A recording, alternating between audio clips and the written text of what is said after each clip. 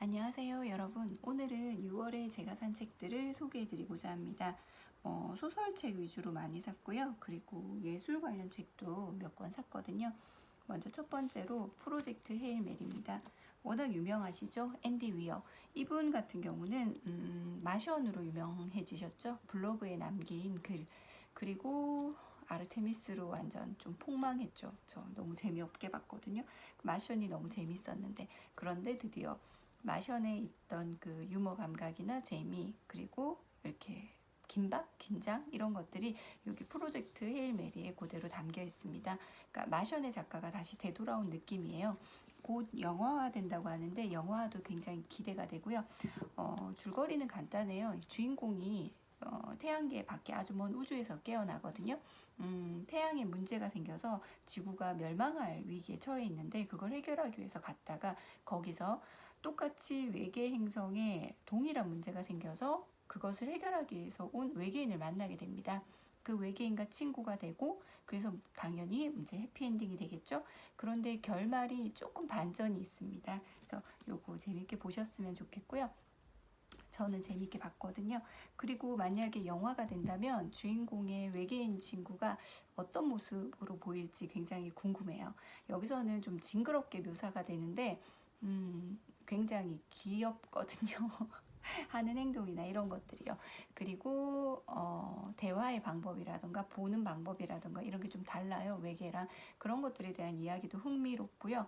그리고 과학 지식들도 굉장히 많이 들어있어요. 뚝딱뚝딱 잘 고치고 그리고 좀 쉬운 과학이라고 하는데 저는 어려워서 이렇게 막 검색을 하면서 읽었거든요. 그래서 과학을 좋아하는 중학교, 고등학교, 초등 고학년 아이들하고 같이 읽고 이야기도 나누고 그리고 나서 영화를 보러 가고 하면 굉장히 좋을 것 같아요. 그래서 가족들이 같이 읽는 책 그리고 같이 영화를 볼 수 있는 책이라고 생각합니다.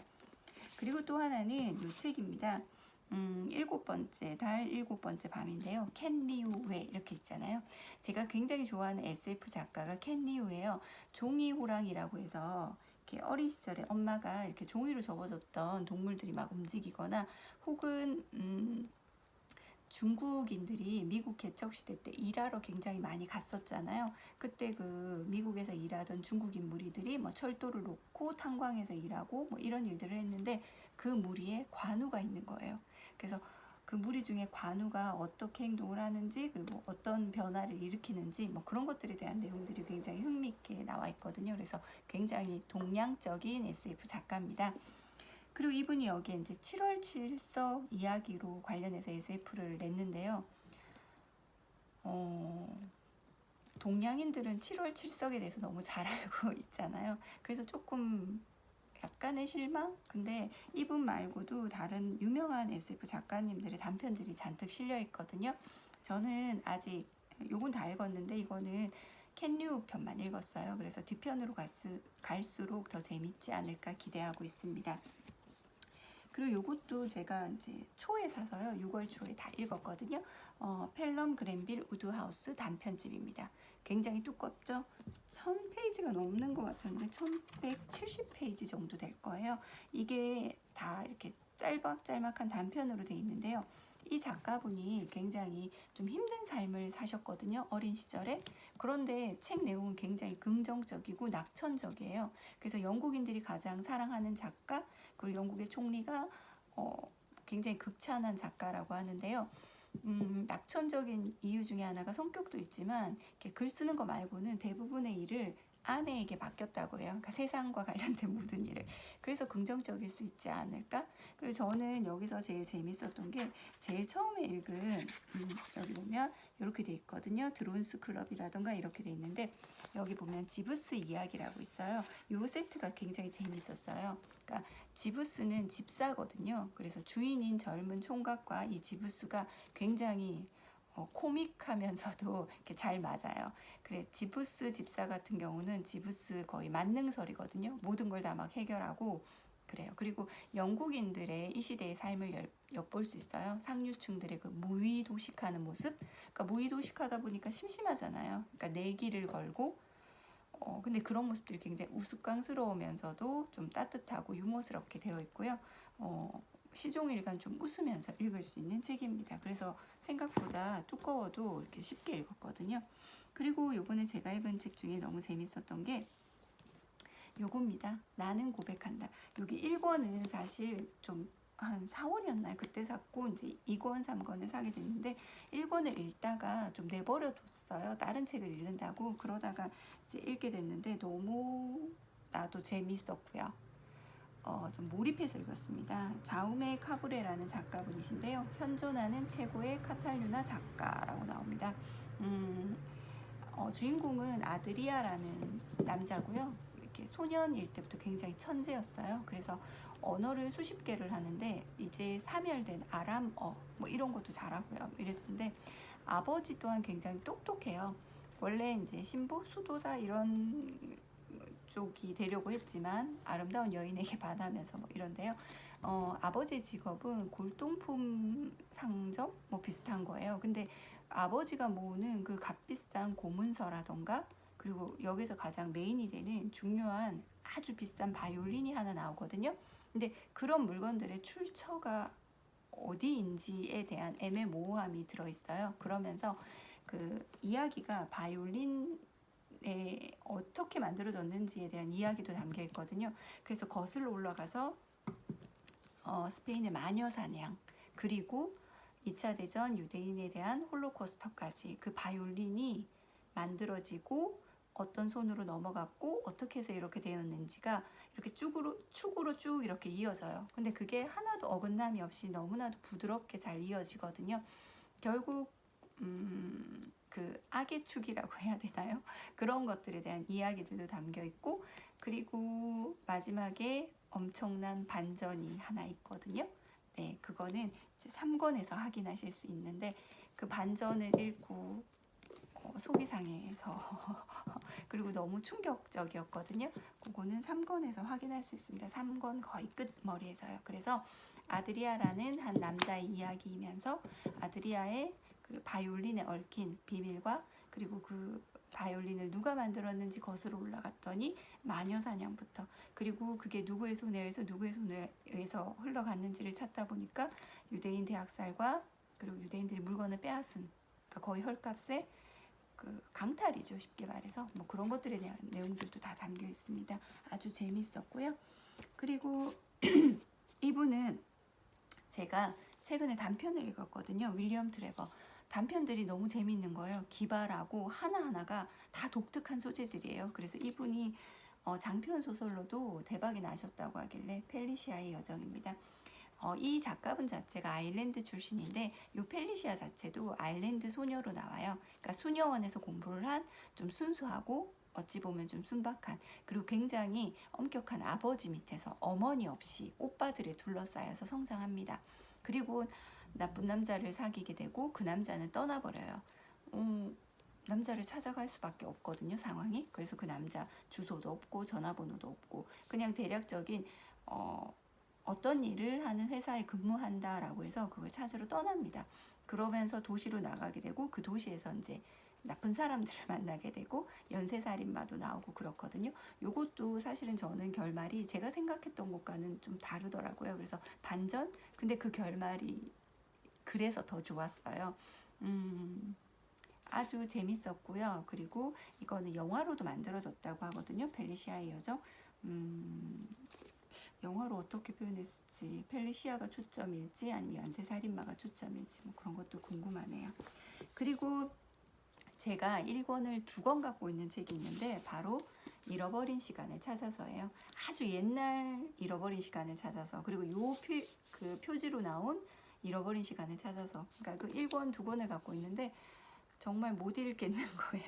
근데 이제 막 결심을 하고 1권을 드디어 다 읽고 이제 2권을 샀습니다. 근데 도저히 엄두가 안 나서 아직 펼치지 않고 있거든요. 그러면서 계속 딴 책만 보고 있어요. 그러다가 요번에 산 소설가의 일 여기 김현수 작가님 너무 글 잘 쓰시잖아요.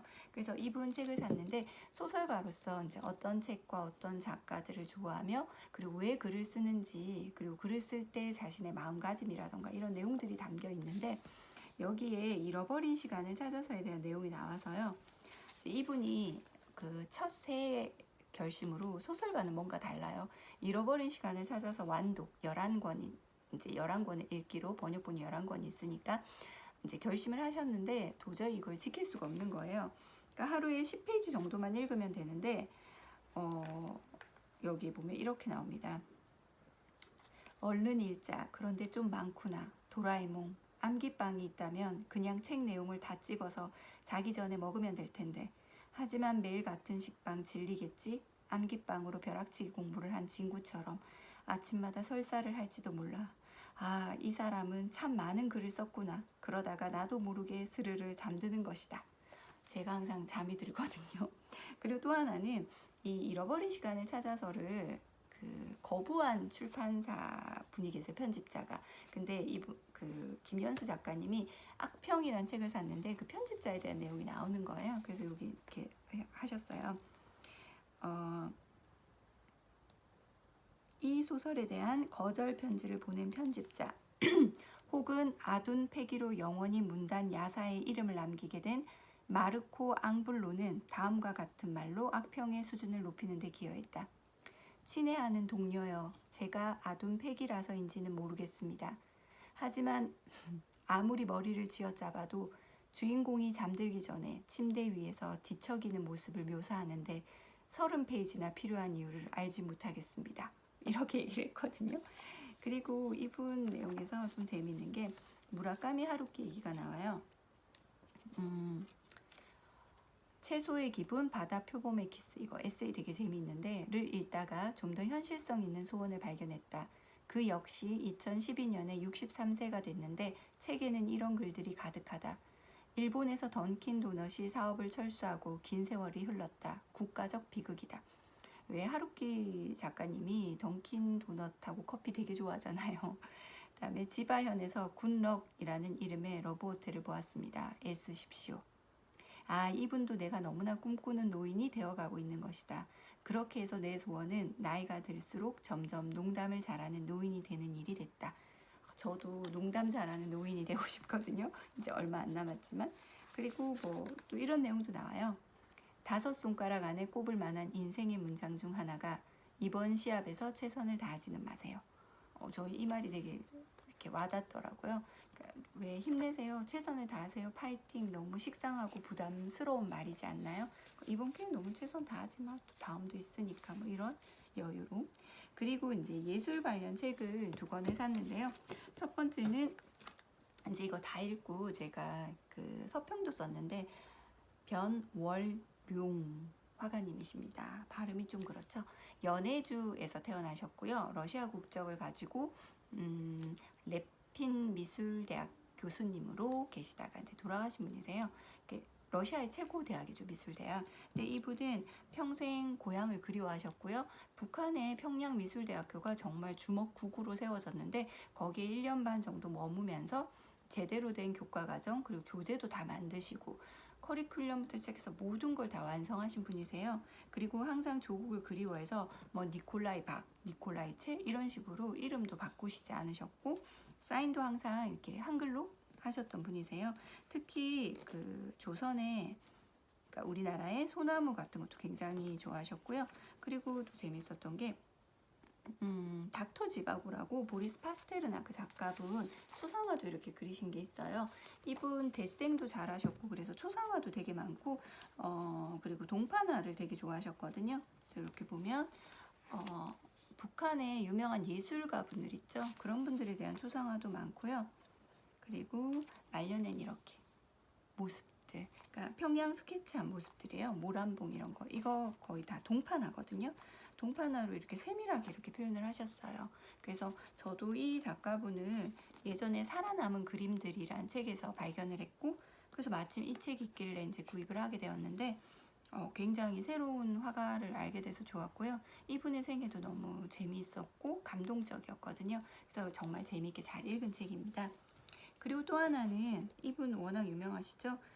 정우철의 미술극장이라고 해서 EBS인데 사실은 저는 이 책은 조금 실망을 했어요. 왜냐하면 이분이 이 책 내기 전에 가장 최근에 이 책을 내셨잖아요. 두 책이 거의 몇 달 상간으로 나왔죠. 근데 내용이 거의 다 겹쳐요. 작가, 여기에 소개하는 작가나 여기에 소개하는 작가나 거의 다 겹치거든요. 그래서 저는 만약에 정우철 작가님 글도 잘 쓰시고 내용도 좋거든요. 하지만 두 권을 살 필요는 없을 것 같아요. 둘 중에 하나만, 에피소드도 비슷하고 도판도 거의 비슷해요. 그러면 작가가 더 많은 이 책이 더 나을 수도 있고, 혹은 좀 더 심도 있게 여기 차이점이 있다면 뭐 미술극장 깊이 보기 뭐 이런 코너가 하나 더 있어요. 그런 게 더 좋다면 이걸 보시는 것도 괜찮겠죠. 그리고 또 하나는 너무 별거 없는 팁인데, 정보 관련 책이나 혹은 진도가 잘 안 나가는 책들이 있으면 저는 이렇게 알라딘에서 준 이런 자나 혹은 이렇게 그 책갈피 같은 걸 활용하거든요. 어떻게 하냐면 다들 아시겠지만 그래도 혹시나 해서 도움이 될까봐 이렇게, 왜 책을 읽다 보면 뇌는 여기 이렇게 해석을 하고 있는데 눈은 이 밑에 가 있는 경우가 있잖아요. 지겹거나 좀 어려운 책 같은 경우. 그럴 때 이렇게 한 문장씩 이렇게 대고 읽으면 저는 훨씬 도움이 되더라고요. 그러면서 중요한 문구나 마음에 드는 게 있으면 줄 긋기도 좋고요. 수능 지문이 굉장히 길잖아요. 근데 그걸 읽고 또 읽고 또 읽고 하는 애들이 있어요. 그럴 때 이런 자로 연습을 하면은 좀 더 집중력 있게 읽을 수 있고요. 그 연습을 하다 보면 자로 줄을 꺼서 한 번 한 번 빨리빨리 읽을 수도 있으면서 중요한 건 체크도 하기 쉽죠. 그래서 혹시 아이들이나 혹은 나 본인이 책이 좀 머리에 잘 안 들어온다 싶을 때는 음독, 소리를 내서 읽거나 혹은 이렇게 자를 이용하는 것도 좋은 방법일 것 같아요. 팁이라고 하기에는 너무 많이 알고 계실 것 같은데 혹시나 한 분이라도 도움이 될까봐 이렇게 남겨봅니다. 자, 6월에 제가 산 책들이고요. 너무 재미있게 잘 읽었고 그리고 열심히 읽고 있습니다. 그럼 안녕.